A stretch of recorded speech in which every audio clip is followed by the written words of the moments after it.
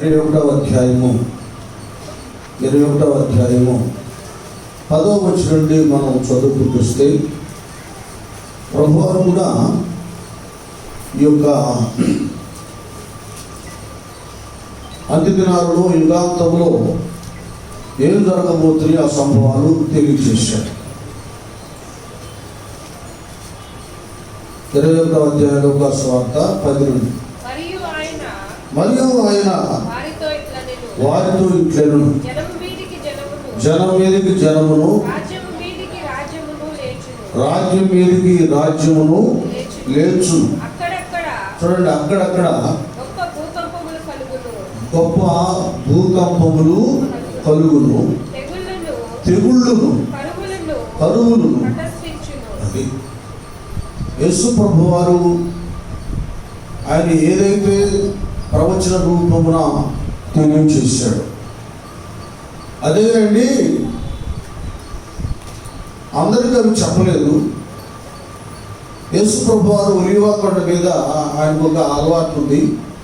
సువార్త ప్రకటించిన తర్వాత అంతటా ఎవరింటికి వారు వెళితే ప్రభువారు ఏకాంతంగా ఒలీవ కొండ మీద ఆయన ప్రార్థన చేసుకోవడానికి వెళ్ళేవారు. ఆ ఏకాంత సమయాన్ని చూసి ఆయన యొక్క శిష్యు బృందంలో కొందరు, పేతురు, యాకోబు, యోహాను, ఆయన అడిగాడు మత్తయి సువార్త 24వ అధ్యాయంలో, ప్రభువా, ఈ యుగ సమాప్తికి నీ రెండవ రాకడకు సూచన ఏంటని మాకు తెలియచేయమని వాడు అడిగారు. ఇక్కడ మనం కొద్దిగా లోతుగా ఆలోచిస్తే వారి ఆత్మీయతలో ఎంతగా ఎదిగారో మనకు అర్థమవుతుంది. వాస్తవంగా వాళ్ళు ఒకప్పుడు చేపలు పట్టేటటువంటి జాలర్లు అన్నీ వదిలిపెట్టి యేసయ్యను వెంబడించారు. సేవలో ప్రభు అన్నాడు, నేను మిమ్మల్ని మనుషులు పట్టు జాలర్లుగా చేస్తాను. సేవలో ఆయన ఉన్నాడు, వాళ్ళు ఉన్నారు శిష్యు బృందం. వాళ్ళకు మరి పోషణ ఏంటి, నివాసం ఏంటి, చాలా అవసరాలు ఉన్నాయి. ఇవన్నీ ఏంటి అని ఉండటానికి, తినటానికి, ధరించడానికి, లేక సమకూర్చుకోవటానికి వీటి గురించి ఏం అడగలేదు. వాళ్ళు ఏమడుగుతున్నారో చూడండి, అయ్యా ఈ యుగ సమాప్తికి నీ రెండవ రాకడ. చూసారా, అసలు వాస్తవంగా ఇవి అందిదినాలు, ఇవి దుర్దినాలు, ఇవి అపాయకరమైనటువంటి కాలం. మనం అడగాలి, అయ్యా ఈ యుగ సమాప్తికి రెండవ రాకడ సూచనలు ఏంటి, మేము ఎలాగో బ్రతకాలి, ఈ రాకడలో ఎత్తపడాలంటే, రాబోయే ప్రతి విపత్తు తెగుల నుండి మేము సంరక్షించబడాలంటే మీరు ఎలాంటి భక్తి కలిగి ఉండాలని మన ప్రార్థనలో మనం యేసయ్యను అడగాలి. వాళ్ళప్పుడే ప్రభు వారిని యుగాంతాన్ని గురించి, ఆయన రెండవ రాకడ గురించి అడుగుతున్నారంటే వారి ఆత్మీయ జీవితంలో ఎంత ఎదిగారో స్పష్టంగా అర్థమవుతాం. ఆ సమయంలో యేసు ప్రభు వారు ఈ లూకాసు వార్తలో 21:10-12లో తెగుళ్ళు కాదు, ఏంటంట, తెగుళ్ళు. చూడండి, ఒకటి కాదు, రెండు కాదు, అనేకమైనటువంటి వస్తాయని ఆయన తెలియజేశారు. దానికి ముందుగానే మనం చూస్తే ద్వితీయోపదేశకాండంలో 28వ అధ్యాయంలో 21 నుండి దేవుడు దైవజనుడైనటువంటి మోషే ద్వారా అసలు ఎందుకు భూమి మీదకి ఈ నాశనాన్ని, విపత్తును, తెగులను దేవుడు రప్పిస్తాడు, ఆయన స్వయంగా మాట్లాడుతున్నాడు. ఆజ్ఞలు లోబడితేనేమో భూమి మీద ఉన్న సమస్తమైన జనాల కంటే హెచ్చిస్తానని ఆయన సెలవిచ్చాడు కదా. భూఫలము, గర్భఫలము, దుఃఖిటెద్దులు, పశువులు, సమస్తం నువ్వు లోపలికి వెళ్ళినప్పుడు దీవించబడతావు. బయటికి వెళ్ళినప్పుడు, లోపలికి వచ్చినప్పుడు, బయటికి వెళ్ళినప్పుడు అంటే ఏంటి, ప్రయాణంలో ఏ తెగులు ఆవరించదు. ఇదేనా మనం చూస్తున్నాం. ఎందుకు దేవుడు ఆ మాట మాట్లాడాడంటే, ఇంట్లోంచి బయటకు వెళ్తున్నాం, వెళ్ళిన వెంటనే కరోనా వైరస్ వచ్చిన దగ్గర నుంచి ఏంటి, వెంటనే స్నానం చేసేయాలి. ఇంకంతే, శుభ్రంగా స్నానం చేసి ఆ బట్టలు అక్కడ పడేసి వలన కదా 20 అయితే ఫస్ట్ వేలు అక్కడ పడేసేసి శుభ్రంగా స్నానం చేసి అప్పుడు ఇంట్లోకి ఎంటర్ అవ్వాలి. ఎక్కడ ఏ విధంగా ఈ వైరస్ ఆవరిస్తుందో అది మనల్ని అంటుకుంటుందో అని భయంతో అవన్నీ జరిగిన వాస్తవమే. ఎక్కడెక్కడో దేశ విదేశాల నుండి వచ్చినటువంటి వారు వచ్చినప్పుడు ఈ వైరస్ ఆవరించడం ఇవన్నీ మనం చూసాం, విన్నాం. అనేక మంది నష్టపోవడం, ప్రాణహాని కలగడం కూడా మనం స్వయంగా టీవీలో చూసాం. ఎందుకు దేవుడు మాట్లాడినాడంటే, నువ్వు లోపలికి వచ్చినప్పుడు బయటికి వెళ్ళినప్పుడు దీవించబడతావంటే ఏ తెగులును వ్యక్తిని ఆవరించదు, ఏ తెగులును నీ గుడారమును, ఏ అపాయము నీకు కలుగదు, ఏ తెగులు నీ గుడారమును. దేవుని స్తోత్రం, హల్లెలూయా. అంటే దైవాజ్ఞలో ఉన్నప్పుడు కాపుదల అనబడేటటువంటిది ఆజ్ఞ దీపము కనుక, ఆజ్ఞ వాక్యము కనుక, నీ వాక్యము నన్ను బ్రతికించున్నది, నా బాధలు ఇదే నాకు నెమ్మది. ఆజ్ఞలో ఉన్నంత వరకు మానవుడు బాగానే ఉన్నాడు, నీకు తెలియదు కాదు. ఆజ్ఞను ఉల్లంఘించే కదా, ఆజ్ఞాతిక్రమమే పాపం. ఆదాము వాళ్ళ విషయంలో వాళ్ళ తలనొప్పి ఏమిటో, జ్వరం ఏమిటో, ఈ కష్టం ఏమిటో ఏమీ తెలియనటువంటి వారు ఒకడు వచ్చి సర్పంలో ప్రవేశించి ఆ సర్పం వాడు మాట్లాడితే వాడు మాటకు లోబడి దైవాజ్ఞ ఉల్లంఘించి వారి పాపాన్ని కొని తెచ్చుకొని, శాపాన్ని కొని తెచ్చుకొని బయటికి గెంటివేయబడ్డారు.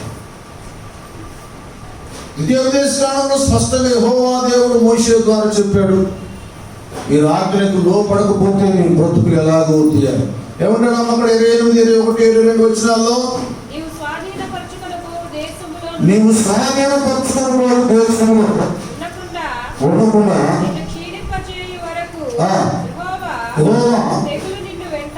అది చూసారా, తెగులు ఒకటి ఉంది, అది వెంటాడును. ఎప్పుడు వెంటాడుతుందంటే ఆజ్ఞను ఉల్లంఘించినప్పుడు తెగులు వెంటాడుతుంది. ఆజ్ఞను ఉల్లంఘించినప్పుడు ఈ తెగులు వెంటాడుతుంది. ఆ తర్వాత యేసు ప్రభువారు ఒలివ కొండ మీద క్లియర్గా విషయాలను తెలియజేసేసాడు. తెగులు, కరువులు, భూకంపాలు, జనం లేని జనం, రాజ్యం లేని రాజ్యం, ఇవన్నీ సంభవిస్తున్నాయి కదా. ఎందుకు ఈవేళ ఈ విషయాలు నేను ఈ తెగుల గురించి ప్రస్తావించడం జరిగిందంటే నీకు అర్థమై ఉంటుంది, విషయం మీకు స్పష్టంగా అర్థమై ఉంటుంది. దైవ సేవకులు ఎలాంటి వారంటే మరి వార్తాహరుల చువారు ఏమండి, వాళ్ళు వార్తలు చెప్పినట్టు వారు. అలాగే న్యూస్ ఛానల్లో ఎలాగో ప్రతిదీ కూడా ఏ అపాయం ఏమేమి సంభవించబోతుందో ఆ న్యూస్ ఛానల్లో ఆ రేడియోస్ ఎలా చెప్తారో దేవుడు ఆ బాధ్యత దైవ సేవకుల మీద ఇచ్చాడు. మీరు చూడండి, ఈ యాంకర్స్ కానీ, ఈ యొక్క వార్తలు చదివేవాళ్ళు కానీ, వార్తాపత్రికల వాళ్ళు కానీ, వాళ్ళు ఎక్కడెక్కడ ఏ మూలన ఏ కీడు, ఏ మేలు, ఏ అపాయం ఏం జరుగుతుందో అవన్నీ కూడా ప్రజలకు తెలియచేస్తారు. అలాగే వీళ్ళు వాతావరణాల గురించి తెలుసుకుంటారు. ఎండాకాలం ఎండ ఎంత తీవ్రంగా రాబోతుందో తెలియజేస్తారు. ఎందుకంటే ప్రజలు ఎండకి ఇష్టం వచ్చినట్టు బయట తిరిగి వడదెబ్బకు చావకుండా. అదే వర్షాకాలం ఏ ప్రాంతాల్లో వర్షాలు కురవబోతున్నాయో, ఎలాంటి ఈదురుగాలు రాబోతున్నాయో, వరదలు ఇలాంటి సంభవించబోతున్నాయో వాళ్ళు ఆ శాస్త్రవేత్తల ద్వారా తెలుసుకొని, వాతావరణ వివరాలు అయినటువంటి వారు తెలుసుకొని వారు ఆ న్యూస్లో చదవడం, కొన్ని దృశ్యాలు చూసి చూపించడం జరుగుతుంది. ఎందుకు ఇదంటే మనుషులు తమ ప్రాణ నష్టము జరగకుండా కాపాడవలసినటువంటి బాధ్యత ఛానళ్ళ మీద ఉంది, వాళ్ళ మీద ఉంది ఆ బాధ్యత.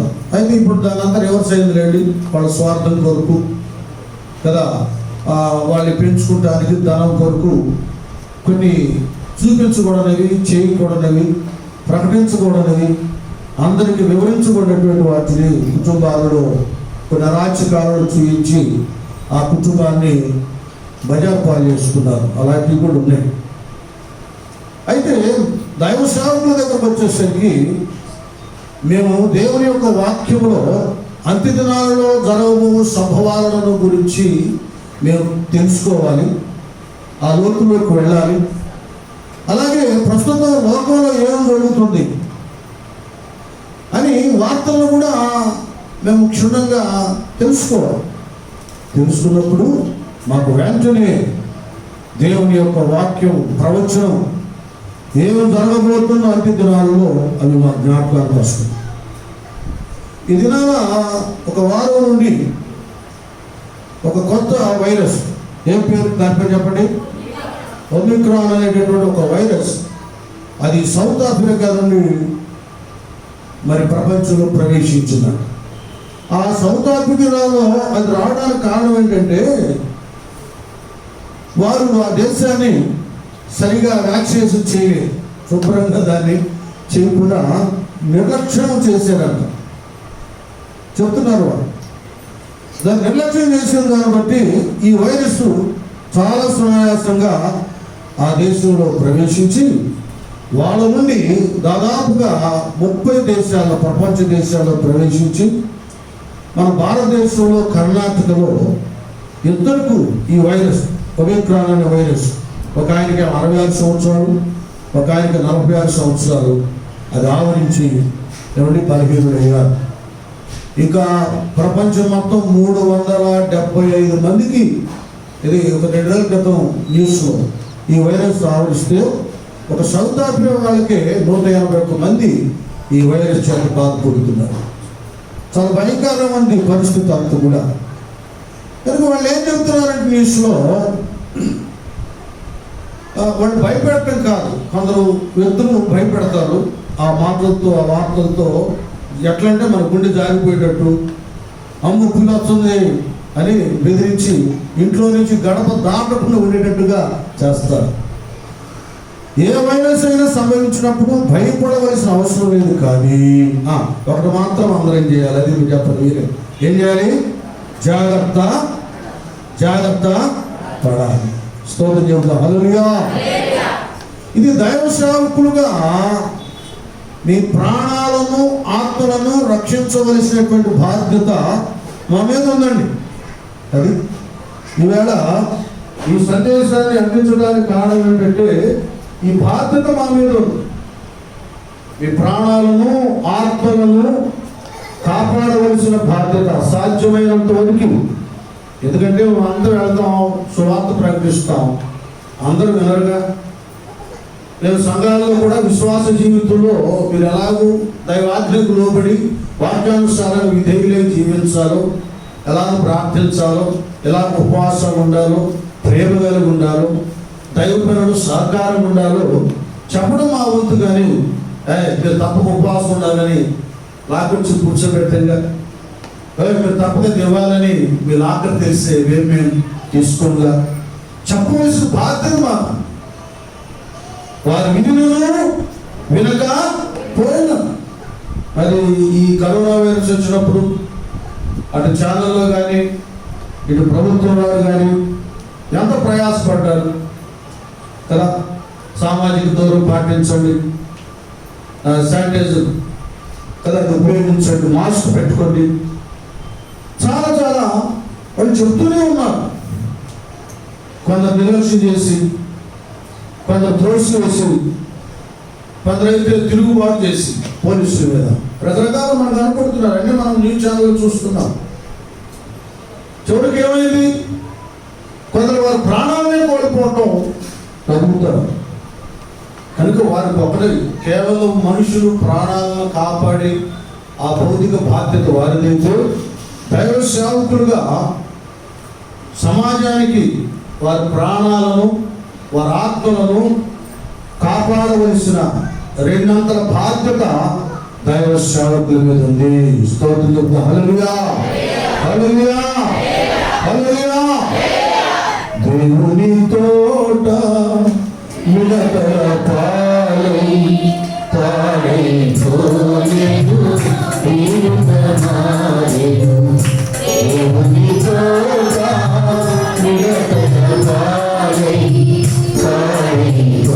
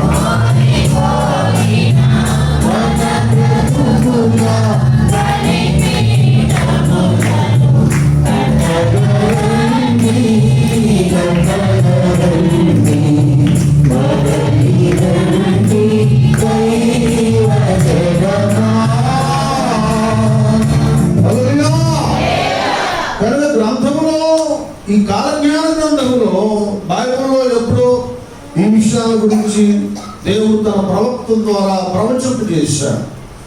మోషే ప్రవక్త ఆ సంగతులను తెలియజేస్తే యెషయా, ఇర్మీయా ప్రవక్తలు కూడా, హెజ్కేలు ప్రవక్తలు కూడా ప్రపంచం మీద రాబోయే తెగుల గురించి వారు తెలియజేశారు. ఇక్కడ అసలు క్లియర్గా అంటాడు ఇర్మీయా ప్రవక్త. ఇర్మీయా గ్రంథం 5వ అధ్యాయంలో ఇర్మీయా ప్రవక్త 5వ అధ్యాయం 21 నుంచి 25 వరకు మనం చదువుకుంటే అసలు చూడండి, ఇక్కడ దేవుడు మాట్లాడుతూ ఉన్నా కూడా వారి కన్నులు ఉన్నా కూడా ఎలా ఉన్నారు? చూడకు, చెవులు వెనకయున్నా ఎవరట? వివేకము లేని మూడులారా. చూసారా, దేవుని పేరులను పిలువబడుతున్న వారితోనే ప్రవక్త మాట్లాడుతున్నారు. వివేకము లేని మూడులారా. చూసారు, ఈనాడ క్రైస్తవ్యంలో ఇదే జరుగుతావు. ఏది ఆదివారం ప్రార్థన లేని, ఆరాధన లేని, శ్రేష్టమైన రోజు కూడా ఉల్లంఘిస్తూ ఎవరిని దైవ కార్యాలుగా ఆటంకంగా అభ్యంతరకరంగా బ్రతుకుతూ ఒక రకంగా దేవునికి వ్యతిరేకంగానే ఉన్నారు. మూర్ఖత్వం కలిగి బ్రతుకుతున్నారు. ఒక మాట మనం చెప్పాలంటే యోనా 5 వల్లనే ఏం కలిగింది? భయంకరమైనటువంటి గాలి తుఫాను చెలరేగి. ఒక ప్రవక్త చేయవలసింది చేయకపోతే ఏం సంభవించిందో చూడండి. ఎంతో మంది ప్రాణాలకి హాని కలిగేటటువంటి ముప్పు, ఆల్రెడీ ఎంతో నష్టం కలిగింది. అలాగే యేసయ్య నామాన్ని ఎరిగినటువంటి క్రైస్తవులు సరైన భక్తి విధం లేకపోతే ఒక మాట చెప్పాలంటే మొత్తం మనల్ని బట్టి లోకానికి కీడు సంభవిస్తుంది అన్న సంగతి మర్చిపోవద్దు. కావలి ఉండేవాడు సరిగా కావలి ఉంటే ఏ దొంగ లోపల ప్రవేశించు, కుక్కలు వెళ్ళవు, పిల్లులు వెళ్ళవు, ఏమి లోపలికి వెళ్ళవు, దేని వెళ్ళకుండా కాపాడుతారు. క్రైస్తవుడు అంటే ప్రార్థన చేసి కావలి కాసి తన ప్రాంతాన్ని కాపాడుకోవలసిన వాడు. సేవకుడు అంటే కాపాడుకోవలసిన వాడు. ఇక్కడ వీళ్ళు ఎలా ఉన్నారంట? వివేకము లేని మూడులారా. ఈ మాట వినుడి. చూడండి, దేవుడు ఎంత అద్భుతం చేస్తున్నాడు. సముద్రము దాటలేక ఉన్నట్లు దాని తరంగములు ఎంత పొర్లను, అది ప్రబల లేకయు ఎంత ఘోషించును, దాన్ని దాటలేక ఉన్నట్లు దానికి చూడండి కదా. సముద్రం ఒకసారి పొరిగిందంటే ప్రపంచం మొత్తం దేశం పొరిగిపోవాలి. దేవుడు దానికి సరిహద్దులు ఏం చేశాడు? నియమించిన. చూసారా, సముద్రమే భయపడతాం. చెప్పారుగా, సముద్రం తలుచుకుంటే ఆ ప్రదేశాన్ని, దేశాన్ని మింగేస్తాం.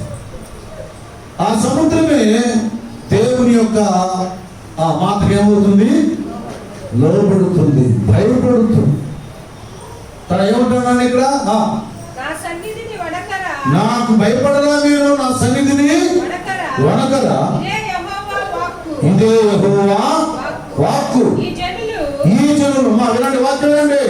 ఈ జనులు తిరుగుబాటును, అది తిరుగుబాటును ద్రోహమును చేయగల మనసు గలవారు. వారు తిరుగుబాటు చేయొచ్చు. చూసారా, తిరుగుబాటు చేయొచ్చు ఏమవుతున్నారు? తొలగి వారు రండి,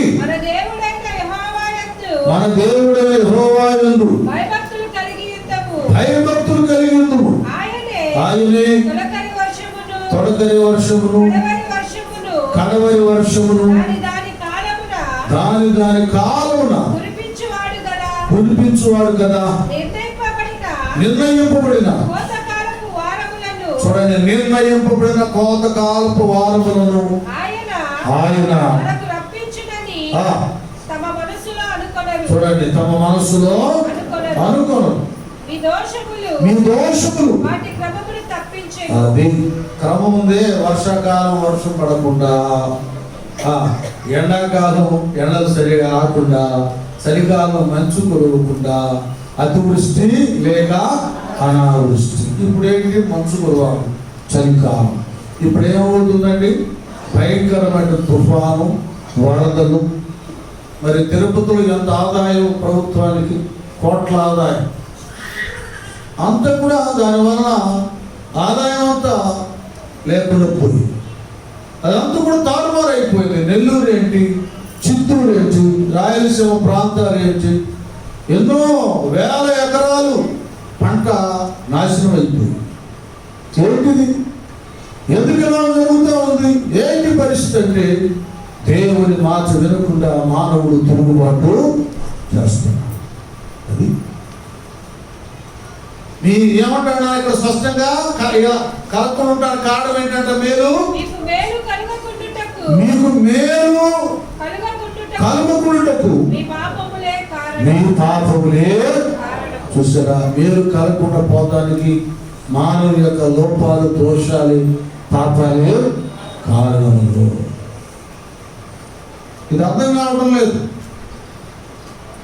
ఏ కాడికి కొంతమంది ప్రభుత్వం మీద పడుతున్నారు, కొంతమంది డాక్టర్ల మీద పడుతున్నారు, ఇంకా వ్యాక్సిన్ తయారు చేయలేదు, ఇంకా చేయలేదు, ఇది అంటున్నారు. కానీ ఎవరు కూడా వ్యక్తిగతంగా మనం దేవునికి ఎంత లోబడి ఉన్నాం, దైవ నియమాన్ని ఎలా ఎంత పాటిస్తున్నాం, పొరుగు వారి ఎడల ఎలాంటి ప్రేమ ఆప్యాయతలు కలిగి ఉన్నాం, నీతి న్యాయం కలిగి ఉన్నామా, ఇతరులకు మేలు చేస్తున్నావా, కీడు చేస్తున్నావా, మంచిగా ఉన్నావా, చెడ్డగా ఉన్నావా, అబద్ధ బ్రతుకుతున్నావా, నీతి నిజాయితీ గల వారిగా ఉంటున్నావా?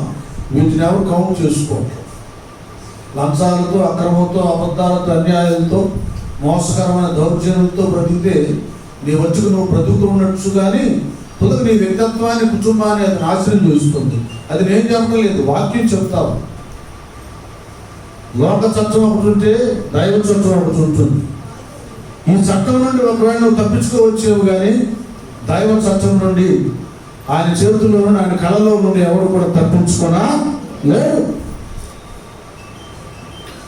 మొన్నేమో కరోనా వచ్చిన వైరస్, ఇప్పుడేమో ఏంటంట ఒమిక్రాన్ అనేటటువంటి వైరస్ ప్రపంచంలో వ్యాపించింది. ఏంటి పరిస్థితి? ఇది మన యొక్క అవిధేయత అనేటటువంటిది ఎవరు కూడా ఎరగడం లేదు. మరొకటి, మరి శాస్త్రవేత్తలు కానీ, ప్రభుత్వం కానీ, అధికారులు కానీ వాళ్ళు చెబుతున్నటువంటి హెచ్చరికలకు, కట్టడలకు ఎవరు లోబట్టం లేదు. అది కూడా జరగటం లేదు. మళ్ళీ వచ్చే వారం మీరందరూ మాస్కులు ధరించుకోండి, అందరూ రండి, ఇది కంపల్సరీ. ఇంకొక పోతం రెడీగా ఉంది ఎంచడానికి.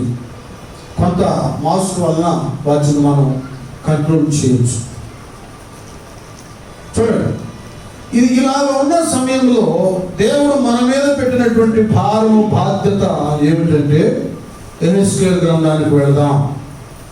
ఈ 33వ అధ్యాయంలో అందరికీ, భక్తులకు భక్తిహీనులకు అందరికి వారిని దేవుడు ప్రవక్త అయిన యెహెజ్కేలు ద్వారా ఇక్కడ ఇస్తున్నాడు. నాన్న ఇక్కడ ఏం చెబుతాడంటే, ఆయన నేను ఒకానొక దేశం మీదకి ఖడ్గము రప్పింపగా ఆ జనులు తమలో ఒకరిని ఏర్పరచుకొని కావలి వానిగా నిర్ణయించిన ఎడల. చూసారా, దేశం మీదకి ఖడ్గం వచ్చి మానవుల్ని హతమారుస్తుండగా ఏం చేయాలట? జనులు తమలో ఏం చేయాలి? ఒకరిని కావలి వానిగా ఏర్పరచుకోవాలి. అర్థమవుతుందా? ఎందుకు కాపరులు అవసరమో, పాస్టర్లు అవసరం అర్థమవుతుందా? సంఘానికి ఈ కావలివాడు సంఘానికి కాదు, ప్రాంతానికి కూడా కావలివాడు. అందరి కొరకు ప్రార్థన చేస్తారు. దైవ సేవకులను మనం ఏర్పాటు చేసుకోవాలి. ఇది కంపల్సరీ.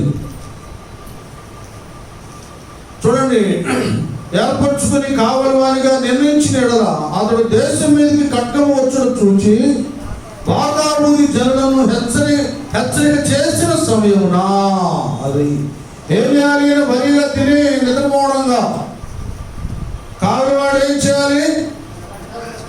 ఏం చేయాలి? కావలివాడు బాగా ఊది జనులను హెచ్చరిక, అది దేశం మీద ఖడ్గము వచ్చుట చూచి. అది ఈ దినాన నేను మాట్లాడటానికి కారణం ఏంటంటే, ఈ ఒమిక్రాన్ అనేటటువంటి ఈ వైరస్ గురించి ఇది నేను తెలుసుకున్నాను. న్యూస్లో నేను చూశాను. ఆ శాస్త్రవేత్తలు, డాక్టర్లు, వీళ్ళు దాన్ని అంతా పరిశీలించి అన్వేషించినటువంటి వ్యక్తులు వాళ్ళ మాటలు నేను ఆలకించాను. ఎలాగో వాక్యంలో, బాబు మీరు వాక్యానికి లోబడండి, ఇలాగ ప్రార్థనలో ఉండండి, ఇది సంభవించుకోతుంది కనుక ఉపసించి కోరికట్టండి, లేక విజ్ఞాపన చేయండి అని ఆధ్యాత్మిక జీవితంలో బలహీనులు కాకుండా ఎలాగ హెచ్చరిక చేస్తానో ఆ విధంగానే నా సంఘము, నా కుటుంబము, నా దేశము ఏ వైరస్కు లోను కాకుండా జాగ్రత్త పడటానికి నా ప్రార్థన ఉంటుంది. హెచ్చరికలు ఉంటే ఇక్కడ అంటాడు, దేశం మీద ఖడ్గము వచ్చును చూచి బాగా ఊది జనులను హెచ్చరిక చేయాలి. దేవుని స్తోత్రం. హల్లెలూయా. ఇది అవసరం ప్రతి సేవకునికి. ఈ వైరస్ గురించి కూడా చెప్పాలి, జాగ్రత్తలు తెలియచేయాలి. అది మనం చూచి ఈవేళ మీరు విన్నారు, మీరు ఆల్రెడీ తెలుసుకున్నారు. అది దాని గురించి మీరు మాట్లాడుకోవాలి. ఎంత జాగ్రత్త వహించాలో ఆ జాగ్రత్తల గురించి వాళ్ళని హెచ్చరించాలి. ఏమండి, ప్రభుత్వం వారు ఎంతమందికి అని చెప్తారండి? ఎవరికని చెప్తారు? మన ఆంధ్ర రాష్ట్రంలో కొన్ని కోట్ల జనాభాలో ఉన్నటువంటి ఆ మంత్రి, ముఖ్యమంత్రి, తదితర మంత్రివర్గం, ఎమ్మెల్యేలు, ఎంపీలు ఎంతమందికి చెప్తారు? వాళ్ళు మొత్తం లెక్క పెడితే వేల సంఖ్యలో, వందల వేల సంఖ్యలో ఉంచారు కోట్ల జనాభా. కనుక ఇతర ప్రాణాలను రక్షించడానికి దేవుని పిల్లలంగా మనం కూడా కావలి వారని, దైవ సేవకులు కూడా ఖడ్గము వచ్చును చూచి బాగా ఊది జనులను హెచ్చరిక చేయాలి. అది కర్తవ్యము. కనుక ఇది ఒమిక్రాన్ అనేటటువంటి వైరస్, అది రాబోతూ ఉంది, చిన్నగా ప్రవేశిస్తుంది. భయపడద్దు, యేసు రక్తమే చేయము. జాగ్రత్త మాత్రం మనం పాటిద్దాం. బాగా ఊది జనులను హెచ్చరిక చేసిన సమయమున ఎవడైనా బాకానాదం వినియును జాగ్రత్త పడనందున ఖడ్గం వచ్చి వారి ప్రాణమును తీసినలా వాడు తన ప్రాణము తానే. అది గట్టిగా చెప్పకూడదా? చూసారా, మనం చూసి మనం చేయాలి, చెప్పాలి. అది తెలిసి కూడా మాస్క్ లేకుండా, శానిటైజర్ లేకుండా, ఇంకా ఏది కూడా పాటించుకుంటే ఎలాగ పడతా అలాగ శుభ్రం లేకుండా ఉంటే తన ప్రాణానికి తానే ఉత్తరవాడు. అంతేగాని వాడేమైపోతే మనకెందుకులేని మనతో పలకపోయినా కూడా ఇండైరెక్ట్గా ఎవరి చేత అయినా కూడా వీటి గురించి మనం కూడా చేయాలి. ఇది ఈ బాధ్యత దేవుడు మన మీద పెట్టాడు. ఇది కంపల్సరీగా మనకు అవసరం. ఇంకంటాడు చూడండి, బాకానాదం వినిను వాడు జాగ్రత్త పడలేకపోయాడు కనుక తన ప్రాణమును తానే ఉత్తరవాడు. వాడు జాగ్రత్త పడిన ఎడల తన ప్రాణమును రక్షించుకోను. దేవునికి స్తోత్రం. హల్లెలూయా. ఏమండి, చాలా మంది భక్తులు మూర్ఖ భక్తి మూఢత్వం చూపిస్తారు. దేవుడు ఉన్నాడులే, కాపాడుతాడులే, దేవుడు ఉన్నాడులే, రక్షిస్తాడులే, దేవుడు ఉన్నాడులే, చూసుకుంటాడులే అనుకుంటారు. దేవుడు ఉన్నాడు, చూస్తున్నాడు. అధికారులను, శాస్త్రవేత్తలను, జ్ఞానులను ఏర్పరచుకుంది ఆయనే. డాక్టర్లకి ఆయన ప్రథమ వైద్యుడై ఉండి దేవుడు సృష్టికర్త. ఏం చేశాడు? ఆదాములో నుండి ఆయనకి ఆపరేషన్ చేసి అవ్వను బయటికి తీశాడు. మొదట తైలేరు ఎవరంటే చర్మం చొక్కాయలు తయారు చేసింది ఆదాములకి ఆయనే. ఆ జ్ఞానాన్ని మానవాడికి ఇచ్చాడు. డాక్టర్లు ఆయనే చేశాడు. వాళ్ళ జ్ఞానంతో, వాళ్ళ తెలివితో ఏ ఆకుల్లో, చెట్టుల్లో, చామల్లో ఏ ఔషధ గుణాలు ఉన్నాయో అవి అన్వేషించి పరీక్షలు చేసి అన్ని ఏవేవో చేసి ఇదిగో ఇది ఈ చెట్టులో నుండి ఇదిగో దీన్ని తయారు చేయొచ్చు, దీనివల్ల ఇదిగో దీనికి ఈ రోగానికి స్వస్థత కలుగుతుందని వాళ్ళు ప్రపంచంలో వాటిని అలాగున ఉపయోగింపజేశారు. అది దేవుడు వాళ్ళకి ఇచ్చిన జ్ఞానం అండి. కనుక వాళ్ళని దేవుడే చేశాడు. కనుక దేవుడు చేసినటువంటి మనుషులు, దేవుడు ప్రతినిధులు. వైద్యానికి ఒక గుంపునైతే, ఆలోచనకి మరొక గుంపుని, వాతావరణం చూడడానికి మరొకరిని ఆయన ఏర్పాటు చేసుకున్నాడు తన జ్ఞానాన్ని ఇచ్చి. ఆయన చేసుకున్న వాళ్ళే కనుక శాస్త్రవేత్తలు, డాక్టర్లు వీళ్ళ మాట కంపల్సరీగా ఇంటే ప్రాణాలు దక్కుతాయి, లేకపోతే ప్రాణాలు పోతాయి. తాగొద్దయా అంటాడు. అక్కడ చక్కగా మరి ఏ ఆలోచనతో, ఉద్దేశంతో సిగరెట్ పెట్టి మీద పొగదావుట ప్రాణానికి హానికరం. బ్రాంతి, విస్కీ వారి బాటిల్ మీద కూడా దీనివల్ల క్యాన్సర్ వస్తుంది, ఇది వస్తుంది, అది వస్తుంది పెడుతున్నారు. అయితే ఏంటంటే దైవ నియమంలోకి వచ్చేసరికి దాన్ని పూర్తిగా నిషేధించడం జరుగుతుంది. అది తాగకూడదంటే, మద్యం సేవించకూడదంటే, మద్యం ఆలయాలు ఏ ఆలయం దగ్గర అమ్మరుగా, మసీదులకి, ఆలయాలకి, చర్చిలకి దగ్గరగా అలాంటి బాధలు ఉంటే వాటిని తీసేస్తారు. స్కూళ్ళకి దగ్గరగా ఉంటుంది కదా, అక్కడ స్త్రీలు కూడా ఊరుకో గెంటేస్తారు. దైవ ఆలయాల్లో జరిగేది ఏంటంటే వాటిని రానివ్వరు, అమ్మనివ్వరు, వాటికి ఏ మాత్రం ప్రాధాన్యత ఇవ్వరు. లోకం ఏంటంటే అన్ని తెలిసి కూడా భౌతికపరమైన లబ్ధి కొరకు పైన అది అమ్ముతూ పైన పొగ తాగడం ప్రాణానికి హానికరం. ఇదిగో ఇది తాగితే నీకు క్యాన్సర్ వస్తుంది, నీ ఇష్టమైతే తాగు, లేకపోతే మానే అని చెప్తారు. కానీ అసలు తాగొద్దు అని గట్టిగా చెప్పేది లేదు. కారణం ఏంటంటే ఏ ప్రభుత్వం అయినా దాన్ని నిషేధిస్తే ట్యాక్స్ రాదు, రాబడి రాదు, ఆదాయం తగ్గి పోదు. ఆదాయం అయితే ఎక్కువ అయినా కూడా దానివల్ల ప్రాణాలైతే తొందరగానే పోతా ఉంటాయి. అయితే ఒకటి మాత్రం వాస్తవం, ప్రపంచంలో ఏ దేశం మద్యపానం, ధూమపానం, ఈ డ్రగ్స్ వీటిని అరికట్టడం చాలా చాలా కష్టం. ఒక రేపు యేసు ప్రభువు వారు వచ్చినప్పుడు 1000 ఏళ్ల పరిపాలన, అది నీతి పరిపాలన కనుక ధూమపానం, మద్యపానం, లంచాలు, డ్రగ్స్ గిగ్స్ ఏముండదు. అంత పవిత్రంగా, శాంతియుతంగా, చాలా నియమ ప్రకారంగా నీతి పాలన. గట్టిగా చప్పలు కొడతాం, దేవునికి స్తోత్రం. అప్పుడే జరుగుతుంది. కనుక మన వంతుగా మనము జాగ్రత్తను ఇక్కడ గ్రంథంలో రాయబడినట్టుగా జాగ్రత్త పడిన ఎడల అన్నట్లు ఇక్కడ విని కూడా జాగ్రత్త పడలేదు కనుక ఏమైపోయింది, వాళ్ళ ప్రాణాలే పోయినాయి. జాగ్రత్త పడకపోయారు కనుక తన ప్రాణములకు తానే పొందారు. ఇవన్నీ కూడా మనం ఆలోచించాలి.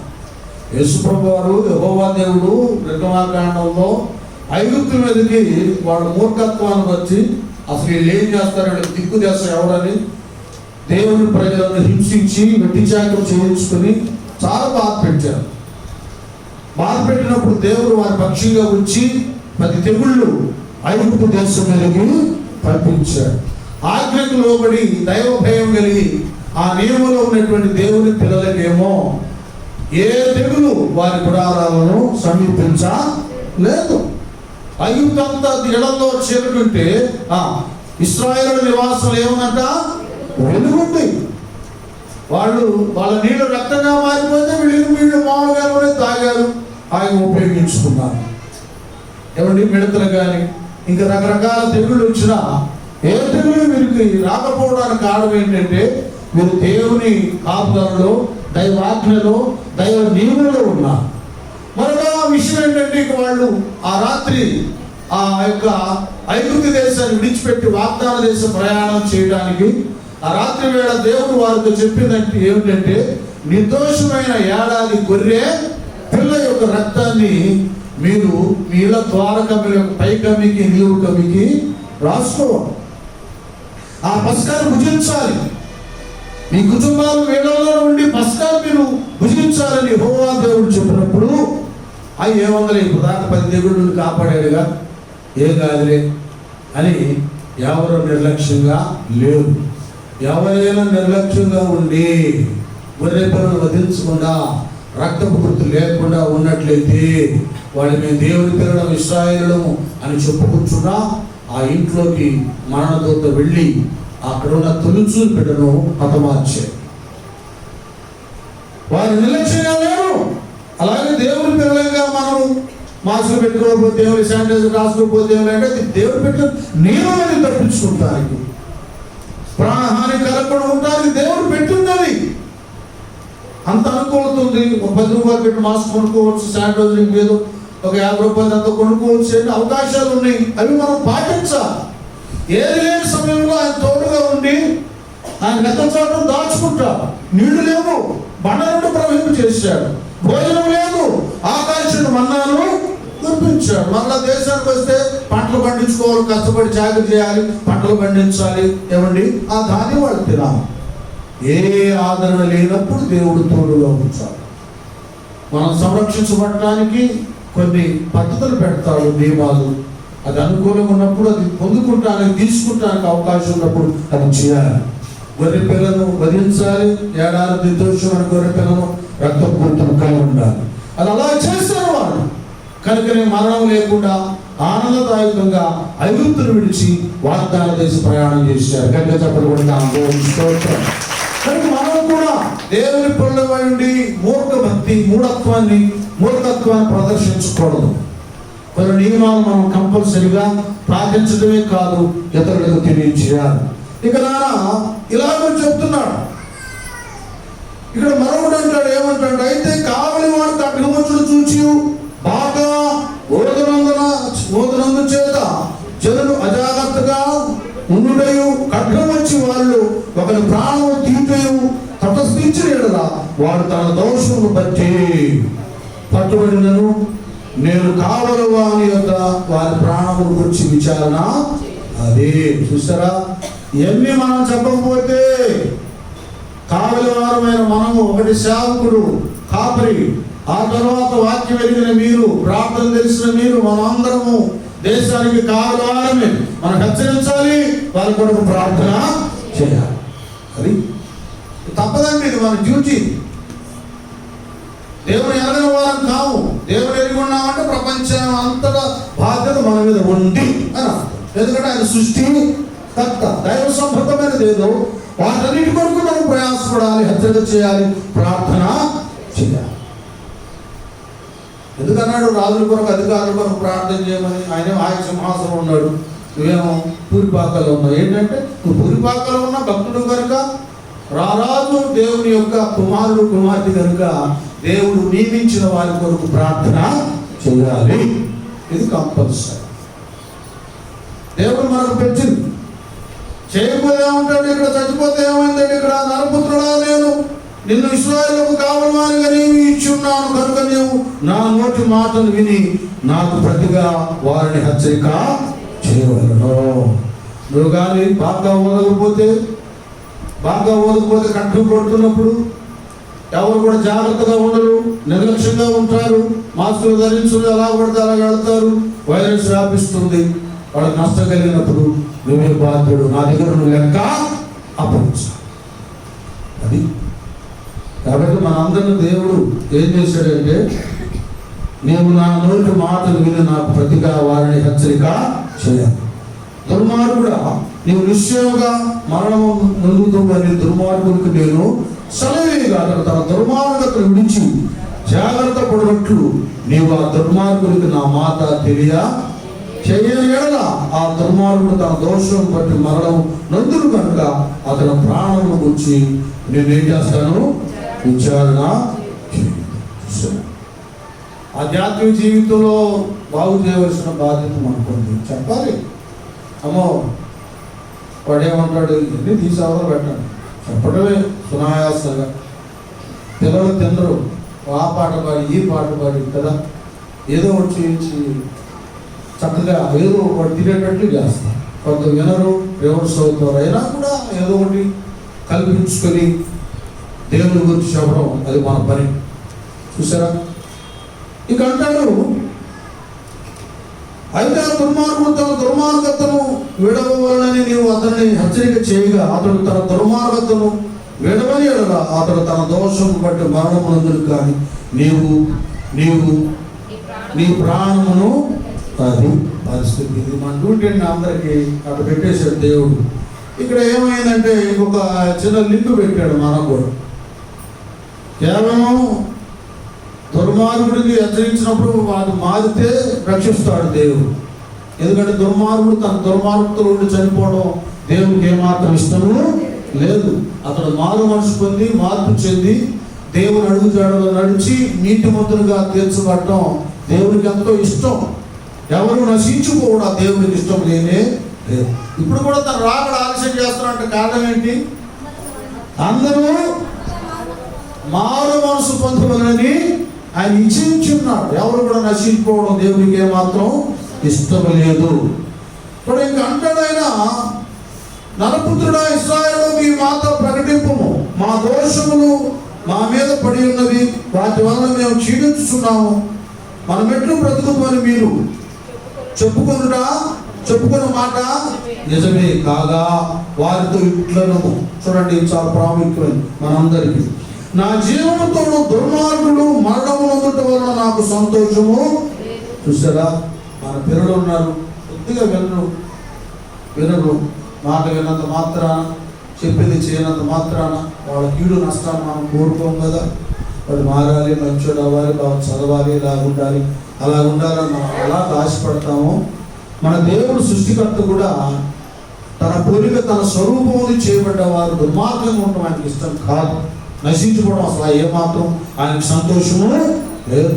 దుర్మార్గుడు తన దుర్మార్గుడు మరలి బ్రతుకుట వలన నాకు సంతోషము కలుగును. స్తోత్రం, హల్లెలూయా.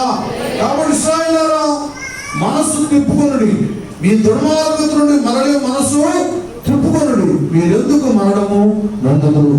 ఇది ప్రభువు యెహోవా వాక్కు. మరియు నరపుత్రుడా, నీవు నీ జనులకు ఈ మాట తెలియచే, నీతిమంతుడు పాపము చేసిన దినమున అది వరకు అతడు అనుసరించిన నీతి అతన్ని విడిపింపదు. ఇక్కడ చూడండి, లింక్ అడ్డు పెట్టేశాడు. ఇది మనకన్నమాట. ఏదనుకున్నా ఒకప్పుడు ప్రార్థన చేసేవాడిని, ఎంత ఉపవాసం ఉండేవాడిని, ఎంత దేవుని పనులు సాకారంగా ఉండేవాడిని అంటూ గడుస్తున్న రోజుల్లో అవిధేయులై లోపాల్లో, దోషాల్లో, పాపంలో ఉంటే ఆయన పాత నీతిని, అతను ముందు చేస్తున్న నీతిని, భక్తిని, ఏవేవో మంచిని, దాన్ని బట్టి దేవుడు అతనికి శిక్షణ విధించకుండా మానడు. మా అనుదిన ఆహారం మాకు ఏనాటికి అన్నాడు. అంటే దేవుని యొక్క సన్నిధానంలో జీవించేవారు దినదినము పవిత్రత, పరిశుద్ధతలో నుండి అతి పరిశుద్ధత, నీతిలో నుండి ఉన్నతమైన నీతిలోకి మనం ఎదగాలి. అప్పుడు ఏదో ఆరంభంలో చేశాం అని ప్రార్థన లేకుండా, భక్తి లేకుండా, ఉపవాసం లేకుండా, సహవాసం లేకుండా, ఏమీ లేకుండా ఉంటే ఇక్కడ క్లియర్గా అంటున్నాడు, నీతిమంతుడు చూడండి పాపము చేసిన దినమున అది వరకు అతడు అనుసరించిన నీతి అది అతను ఏమాత్రం కూడా ప్రస్తుతం చేసిన పాపాన్ని బట్టి శిక్ష ఇది తెలుసుకోవాలి ప్రతి విశ్వాసం. పర్వాలేదులే, ఇదేం డబ్బులు కాదు, ఒక 10 కోట్లు ఉండేలే, నాకేం పర్లేదు, ఏ పని చేయకపోయినా అనుకుంటాను. ఇది ఈ యొక్క లోక సంబంధమైనది కాదు, ఇది ఆత్మ సంబంధమైనది. నిత్యము దేవునిలో ప్రయాసపడాలి. క్రీస్తు యేసునందు ప్రయాస వ్యర్థం కాదు. నిత్యం ప్రార్థన చేయాలి, వాక్య ధ్యానం చేయాలి, సహవాసం కలిగి ఉండాలి, నిత్యం నీతి నియమాలతో ఉండాలండి. అప్పుడు చేసేలే ఇప్పుడు పాడు పనులు చేస్తానంటే అవన్నీ కూడా మైనస్ అయిపోతాయి. ఉన్న దాని వల్ల శిక్ష మనకు విధించబడుతుంది. చూడండి ఎంత బాగా చెప్తా ఉన్నాడు ఇక్కడ. ఏమండి, దుష్టుడు చెడుతనము విడిచి మనస్సును తిప్పుకొనిన దినమున తాను చేసి ఉన్న చెడుతనమును బట్టి వాడు పడిపోడు. అలాగనే నీతిమంతుడు పాపం చేసిన దినమున తన నీతిని బట్టి అతడు చూసారు. అంత క్లియర్గా ఉందో. ఒకవేళ దుష్టుడు మారు మనసు పొంది సరి చేసుకుంటే ఏం చేస్తాడు? అతన్ని దేవుడు కాపాడతాడు. ఎప్పుడో తెలుసో తెలియక చేసిన చెడుతనాన్ని దేవుడు జ్ఞాపకానికి తీసుకొని రాడు. ఆ చెడుతనం బట్టి వాడు పడి పోడు. చూడండి, మన దేవుడికి అందుకే న్యాయాధిపతి, యథార్థవంతుడని మన దేవుడికి పేరు. దావీదుని గురించి మీకు తెలియదు కాదు. ఆయన చేసిన పొరపాటును బట్టి బిడ్డ తెచ్చిపోయాడు. కుటుంబంలో ఎన్ని శ్రమలు, కష్టాలు, అవమానాలు అనుభవించాడో దావీదు మనందరికీ తెలుసు. కాబట్టి ఈ దినాల్లో నేను భక్తుడు కదా, నేను భక్తురాలు కదా, మేము ఇలా ఉంటాను కదా, అప్పుడు చేసేవి. కానీ ఇప్పుడు అవిధేయత స్థితిలో మనం ఉంటే రకరకాల వైరస్, కీడు, విపత్తులు సంభవిస్తున్నాయి. వాటి నుండి మనం సంరక్షించుకోవాలి. ఎప్పటికప్పుడు మన నీతి, మన భక్తి, మన పరిశుద్ధత దైవ దృష్టికి కనబడాలి. ఆయన దృష్టికి మనం నిత్యం యథార్థవంతులుగానే కనబడాలి. ఆయన ఎదుట మనం పాపం చేయకుండా దావీదు వలె దేవుని వాక్యాన్ని మన హృదయంలో దాచుకోవాలి. ఇది అవసరం. చాలా పాటలు నేర్పుతున్నాడు. నీతిమంతుడు నిజముగా బ్రతుకునను నేను అతడు పాపము చేసిన ఎడల అతని నీతి క్రియలన్నిటిలో క్లియర్ ఎక్కడ ఉంది? నేను నీతిమంతుడు కదా అని తన నీతిని ఆధారం చేసుకుని తప్పుడు పనులు చేస్తే ఆ నీతికి అన్నింటిలో ఏది దేవుడే జ్ఞాపకం చేసు. ప్రస్తుతం నువ్వు ఏం చేస్తున్నావు అది జ్ఞాపకం చేసు. అది ఈ యొక్క అందుకే అంటాడు, దినములు చెడ్డవి కనుక సమయమును పోనేవక సద్వినియోగపరుచుకొనొచ్చు. అజ్ఞానుల వలె కాక జ్ఞానుల వలె, అది జ్ఞానుల వలె నడుచుకున్నట్లు జాగ్రత్తగా. ఇది అవసరం మన జీవితంలో. అది ఏదైనా సరే, ఏమి సంభవించినా మనం సురక్షితంగా ఉండాలంటే, ఏ అపాయం రాకుండా ఉండాలంటే, ఏ తెగులు మన గుడారాన్ని ఆవరించకుండా ఉండాలంటే మనం మన దేవుని ప్రేమించాలి. దేవుని ప్రేమించడం ఒకడను ప్రేమించిన ఆజ్ఞను గైకొను. ఆయన ప్రేమలో, ఆ నీతిలో, ఆ భక్తిలో మన జీవితాలు ముడివేయబడాలి. అందుకే చక్కగా మీరు ఇంకా తర్వాత చదువుకోండి. యేసుకేలు గ్రంథం ఈ 33వ అధ్యాయం అంతా ఎంత ఉన్నతంగా ఉన్నాయో. ఈ ప్రస్తుత దినాల్లో మనం ఎలాగ బ్రతకాలో దేవుడు స్పష్టంగా తెలియజేస్తున్నాడు. 17వ వచనం చదువు, ఇది ఒకటి చదువు, మన ముందుకు వెళ్ళిపోదాం. ఈ జనులు నీ జనులు చూసారా, ఇలా చెప్తా ఉంటే దేవుడే ఇదేంద్ర బాబు, ఇదేం భక్తి, ఇది న్యాయం కాదని అనుకుంది.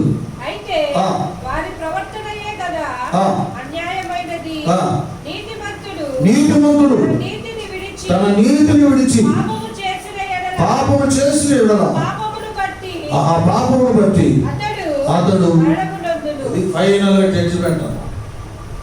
నీతిమంతుడైనా కూడా ఆ నీతిని తోసివేసి పాపం చేస్తే దాన్ని బట్టి ఏమవుతాడంట?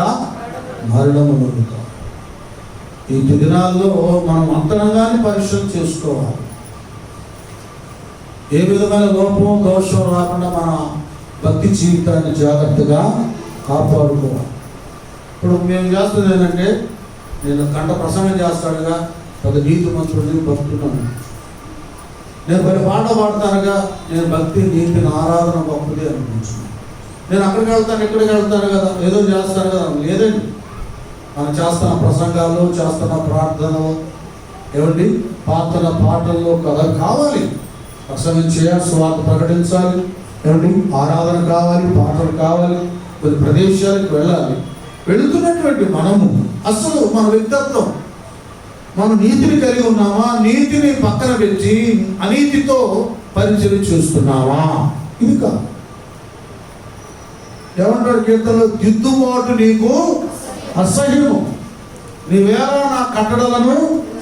అది కొంతమందికి బ్రతుకు సరి చేసుకుంటాం వాళ్ళకి ఇష్టం ఉండదు. ప్రసంగం అయితే 24 గంటలు కొంత రిఫరెన్స్ రాసుకొని ప్రసంగాలు చేస్తారు. అంత మాత్రం పరలోకి వెళ్ళాం. ప్రభువా ప్రభు అని పిలుచు ప్రతి వారు ప్రవేశించడు. ఆయన చిత్తానుసారంగా చేయవాడే, నెరవేర్చువాడే, చేయవాడే పరలోకానికి వెళ్తాడు.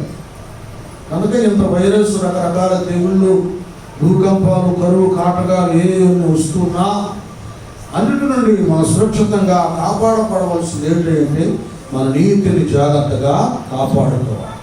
మనం ఏమంటున్నాడు, మరియు దుర్మార్గుడు తన దుర్మార్గతను విడిచి నీతి న్యాయాలను అనుసరించినలా వాటిని బట్టి అతడు బ్రతుకుడు. యెహోవా మార్గము న్యాయం కాదని మీరు అనుకుంటున్నారే, ఇశ్రాయేలులారా, మీరు యెహోవాని ప్రవర్తన బట్టి వారికి శిక్ష. అది ఇప్పుడు గట్టిగా చెప్పండి. మన ప్రవర్తన బట్టి దేవుడు మనకు శిక్షను విధిస్తాం. కనుక మేము దేవుని మందిరంలోకి వెళ్ళినప్పుడు నీ ప్రవర్తన జాగ్రత్తగా చూసుకో. నరపుత్రుడా, నువ్వు చక్కగా నిలబడి నేను నీతో మాట్లాడతానన్నాడు. మనం సరిగా ఆయనలో నిలబడాలి, ఆయనలో జీవించాలి, ఆయన అడుగు జాడల్లో నడవాలి. ఈ రీతిగా మనం ఉన్నప్పుడు దేవుడు ఇహ ముందు మన ప్రాణాలను కాపాడుతాడు. అలాగే ఈ లోకాన్ని విడిచిన తర్వాత మనం దేవుని వాక్య ప్రకారం మారు మనసు పొంది పాప క్షమాపణ నిమిత్తం నమ్మి బాప్తిసం పొందిన వాడు రక్షించబడినట్లుగా మనం బాప్తిసం పొందాం కాబట్టి రక్షించబడ్డాం. పొందిన వారికి ఏముందా? అదంటే నరకం మనకి లేదు అని అర్థం.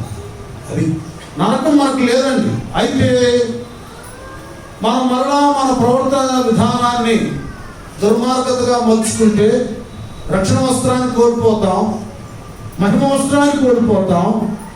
ఎవరి స్నేహితుడా, పెళ్ళి వస్త్రం లేకే కూర్చున్నామని తీసుకెళ్ళి వాడి చీకటి బిడవ వేసినట్లుగా ఇంతకాలం భక్తులను చెప్పుకుంటూ ప్రవర్తన విధానం కార్యారంభం కంటే కార్యాంతము నేను ముగింపులో మన ప్రవర్తన విధానం సరి లేకపోతే నరకంలో వేయబడతాం. అగ్ని ఆడన పురుగు చావు. కనుక దేవుని పిల్లగా ఇంతమంది జరిగే ప్రతి తెగుళ్ళు వచ్చే సంభవించే ప్రతిదీ కూడా మనకు వార్నింగ్ ఇస్తామని, హెచ్చరిస్తామని. ప్రపంచం లాగా అవుతుంది, తెగులులాగా ఆవరించింది. మొదటి నుండి తెగులు రావడానికి మానవుని యొక్క అవిధేయత, దైవాజ్ఞను ఉల్లంఘించిన దాన్ని వచ్చే మనకు దేవుడు ఏమి హెచ్చరిస్తాడంటే, నువ్వు నా ఆజ్ఞలో ఉన్నావా, ఆజ్ఞ తప్పావా, నా వాక్యం నీలో ఉందా, దాన్ని త్రోసి వేసా. ఇది దేవుడు మనకి ఇచ్చే హెచ్చరిక. మనం ఆయన కుమారుడము కుమార్తెలు కనుక లోకం హెచ్చరించినా కూడా తృణీకరిస్తుంది. దేవుడు ఎరిగినటువంటి వారం మంచి ఏదో కీడు నుండి తప్పించుకుంటానికి మార్గం ఏమిటో మనకు భౌతికంగా తెలిసినప్పుడు మాస్క్ ధరిద్దాం, శానిటైజర్ కూడా చూద్దాం, అన్ని విషయాల్లో జాగ్రత్త పడదాం, కుటుంబాన్ని కూడా సంరక్షించుకుందాం, ఇతరులకు హెచ్చరించాలి. అంత మాత్రమే కాదు కనుక ఈ అన్ని దినాలు భ్రష్ట దినాలు, ప్రభు రాక సమీపంగా ఉన్న దినాలు కనుక మన ఆత్మీయ స్థితిని కూడా మనం జాగ్రత్తగా కాపాడుకుందాం. ఏ విషయంలో మనం బలహీనుడు కాక, ఆత్మీయ స్థితిని మనం కోల్పోక, అంతకంతకు పరిశుద్ధత నీతిని కలిగి దేవుడు రాకడ కొరకు రాజ్యం కొరకు సిద్ధపడదాం. అటు కృపాశక్తి అభిషేకాన్ని వెనుకను దేవుడు మన అందరికి అనుసరించి తన రాజ్యం కొరకు రాకడ కొరకు సిద్ధపరుచును గాక. ప్రార్థన. పరమ తండ్రి స్తోత్రాలయ్యా, మరి పరిస్థితులు ఇలా ఉన్నా మేము ఆరాధన చేసుకుంటానికి ఆలయాన్ని ఇలా రూపుదిద్దారయ్యా. త్వరగా ఈ నిర్మాణం అవడానికి సహాయం చేయండి. అలాగే నాయన ఈవేళ మరి ప్రపంచాన్ని మరొక వైరస్ వైరస్ ఆవిష్కర్తా ఉన్నాయా. ఇలాంటి సమయంలో ఏ తెగులు నాయన మా గుడారాలను సమీపించకుండా అపాయం కలగకుండా మమ్మల్ని మా కుటుంబాన్ని సంఘ బిడ్డలందరినీ కాపాడండి. పెద్ద కార్యక్రమం మీరు ఉండండి. యేసు నామమున వేడుకుంటూ ప్రార్థిస్తున్నాము తండ్రి. ఆమేన్.